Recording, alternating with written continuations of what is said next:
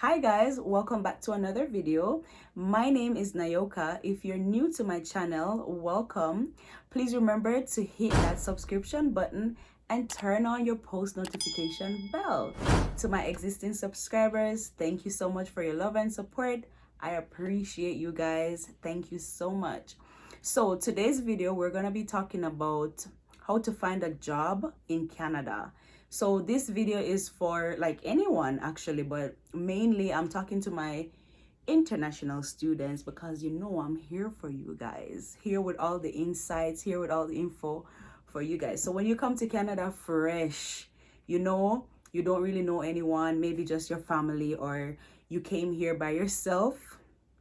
You don't really know anyone from anywhere, so you want to find a job even though you're going to school, but you still want to find a job so you'll be able to take advantage of that 20 hours per week that they allow us to work. So you want to find a job, you want to know what to do, what are the steps. So this is the best video for you to watch so you can have all that. All right, so let's get straight into the video.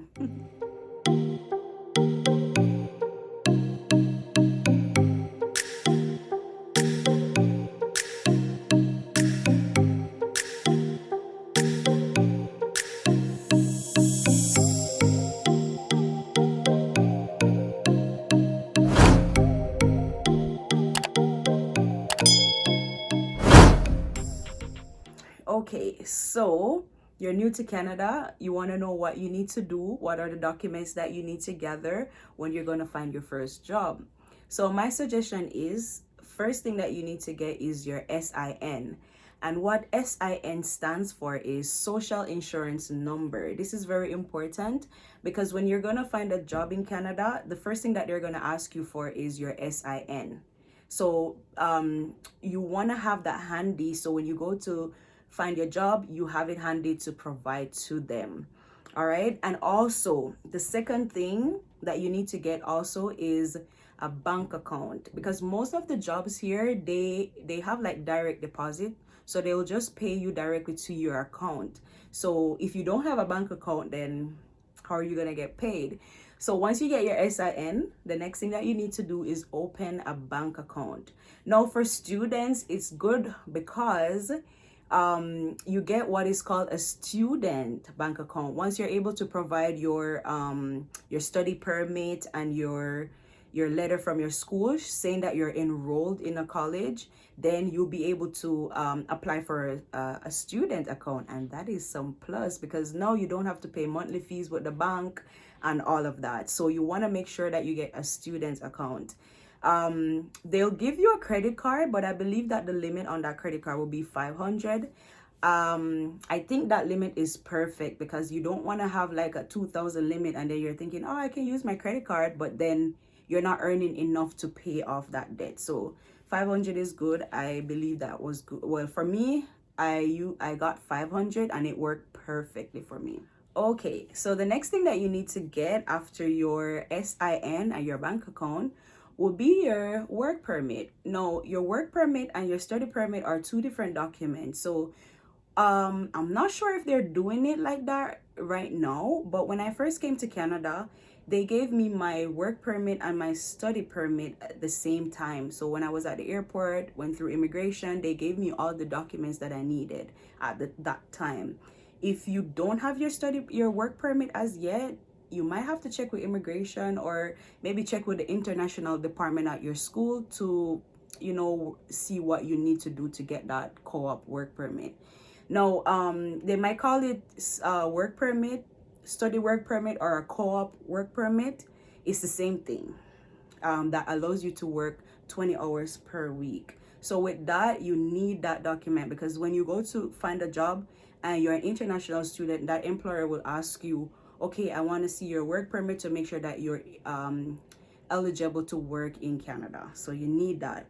So we got SIN, bank account, and your co-op work permit. Once you have those documents, yeah, you're on the right track.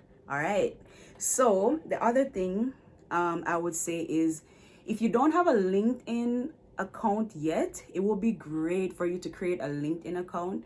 And I didn't even know about LinkedIn, to be honest, until I came to Canada. My friends were talking about LinkedIn, and I'm like, what is that? And they were telling me that, oh, LinkedIn is where you can find job, you can set up your profile, you know, other employers can come look at you to see, okay, if you look like a person that they will be interested in, you know, they could come and look at your profile, and you can even get a job from there. I actually got some offers on LinkedIn like a few weeks ago. Two different restaurants reached out to me, but I already have a job, so I already actually have two jobs, so I can't really take on another responsibility right now. Like if I had the time, of course I would. But two jobs is fine for me right now. But anyway, back to the subject. So once you have your LinkedIn profile, now you need to update your resume. You might be wondering, what do I put on my resume? Now, when I first came to Canada, I was asking myself that same question too, like, okay, what do I put on my resume? What I did was to write all my experiences that I had from before, and then I explain on my resume in a way where I can transfer those skills from that job, which is not cooking, but I can transfer those skills to the kitchen. For instance, I know how to work in a fast-paced environment, even though it's not a kitchen, but the kitchen is fast-paced. So those are what they call like transferable experiences. So that's what I did. And I just wrote my previous experiences from my job I had before, in a different country actually. So I didn't have any Canadian work experience. I just write the experience that I have. I wrote that I'm currently a culinary student in Humber College, and they teach us how to do this and they teach us how to do that. So the employer now would see that and say, okay, at least at school she's getting some culinary training. So bringing her to the restaurant now, she can now learn, you know, how everything is out of school. So just write whatever experience that you had from your resume and get on with your day, right? You have some good restaurants that you can work, and they actually will take you in when you don't have experience. So if you want to start off on a right path, I would say get a job in your field.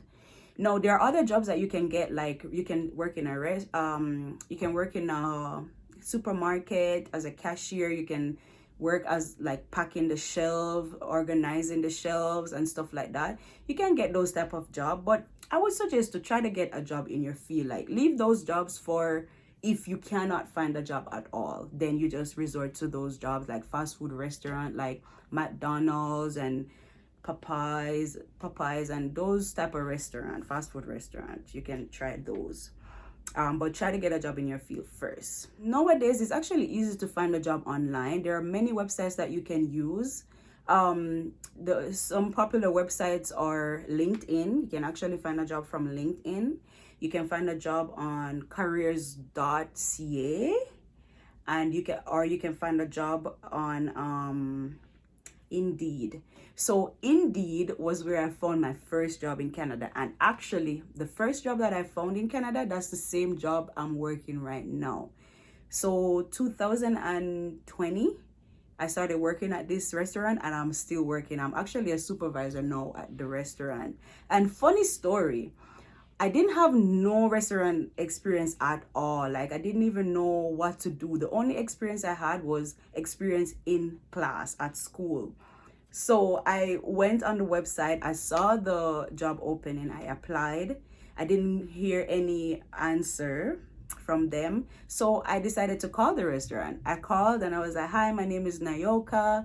I applied on Indeed and no one reached out to me. So I'm just calling to see, okay, if you guys still have the position available. I was originally signing up for applying for a prep cook position. So anyway, I spoke to the head chef, and he told me that, oh, he's not really hiring for a prep cook right now, but I could come in and we can have an interview. I was like, wow, that's great. So he sounded very nice on the phone and everything. So I was like, okay, great, I have an interview. So I went in person. I wasn't even nervous or anything. I felt like I had the job already.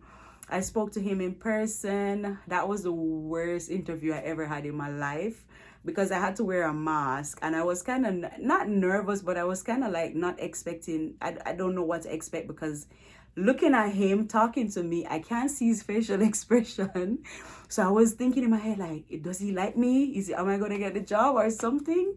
So it was kind of uncomfortable with the mask and everything. But anyway, we did the interview. He told me that, oh, you can come in for a working interview. I'm like, yeah, yeah, yeah. And he told me that, okay, we don't have a prep cook position, but I can hire you as a dishwasher, and then we'll see how as we move forward. I'm like, dishwasher position, bro, I'll take it. I gladly took the dishwashing position. So I started off in dish. I actually worked in dish for a long time, because I used to go to school. I only was working 20 hours, so I was okay with working in dish. And then after a few weeks or so, I started doing prep, and I started doing dish. So I was doing dish, I was doing dish, and I was doing prep at the same time. So at the point, I was okay.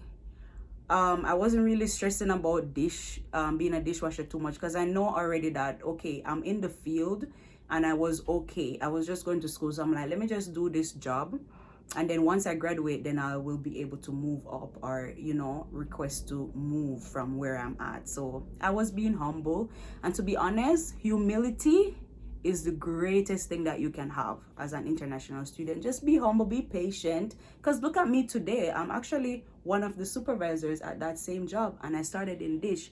Imagine if I had said that I don't want to be a dishwasher because, oh, I feel like I'm better than that.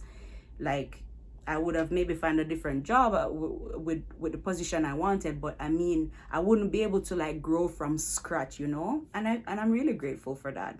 So I started off in dish. I did prep after dish, and then once I graduated from school, and also the thing is that it's COVID time, right? So it's like the restaurants were closing down all the time, then they open again, and they close down again, and they open.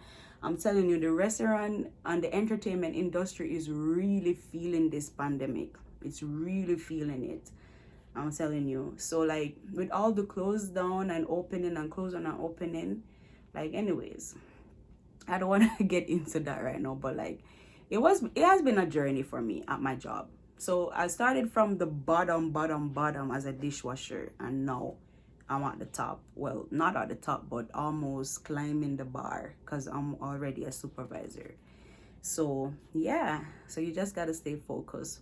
Anyway, back to the topic. So the next way how you can get a job is just call, or you can walk in.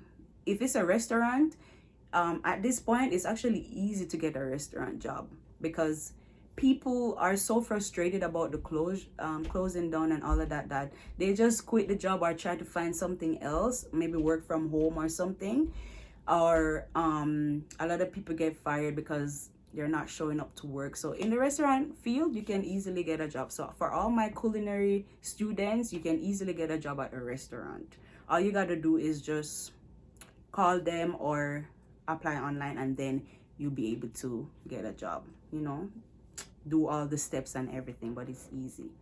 So don't stress out yourself too much, like, oh, where am I gonna find a job, and all of that. Don't worry, like, jobs are there. You just gotta look for them. They are there. Like, I don't understand how people don't work. Like, there's so many jobs. You might not find the exact job that you want at the moment, but you can still find something to do in the meantime while you really search for the one that you really, really want.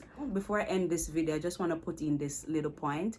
Try to find a job that you don't earn minimum wage. Try to find a job that you earn a little bit over minimum wage. You don't have to really settle for the minimum amount that they pay. You can always, in your interview, you can always request for more. The only thing that will stop you from getting what you want is just a no, right? But it's good to ask. Who knows, if you say, oh, I want $20, they might just say yeah. But don't just settle for that. But like, when you're in your interview, just be strong, confident, and then demand what you want. Like, if they are not gonna give you, they're just gonna say no. But it never hurts to ask or demand what you want. Anyway, guys, so this is the end of the video. If you've really found this video useful, please remember to like this video and subscribe if you haven't subscribed yet. Please share this video to your friends, leave a comment. All right, and thank you for watching. I will see you in my next video, and God bless you. Stay blessed. Bye bye.